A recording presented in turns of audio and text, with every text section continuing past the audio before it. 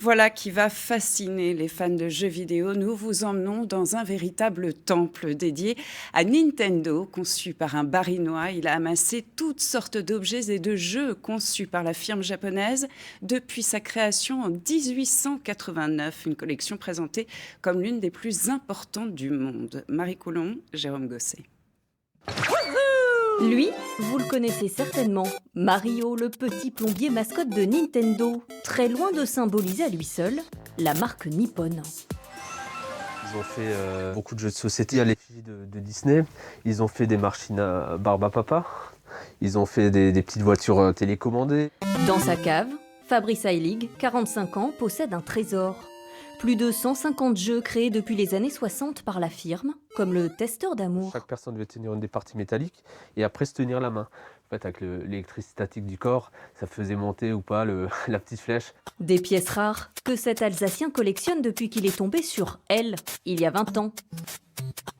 Dans les années 2000, j'avais décidé de retrouver une ancienne console que j'avais dans mon enfance, qui était la première NES qu'on voit ici. Et c'est là que j'ai commencé vraiment la collection de Nintendo.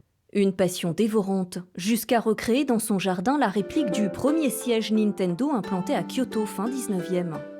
À l'intérieur, des jeux de cartes du sol au plafond. Ce sont eux qui ont d'abord fait la renommée de la multinationale. C'est le tout début. Donc ils ont fait des jeux de cartes Hanafuda, donc c'est des toutes petites cartes. Ça se jouait donc avec des combinaisons sur les saisons. Traditionnels, occidentaux, 600 modèles achetés via des sites d'enchères japonais. 200 € juste pour celle-ci en or. Mais la plus belle trouvaille, c'est ça. Des catalogues commerciaux de présentation d'époque estimés à plus de 1000 € pièce.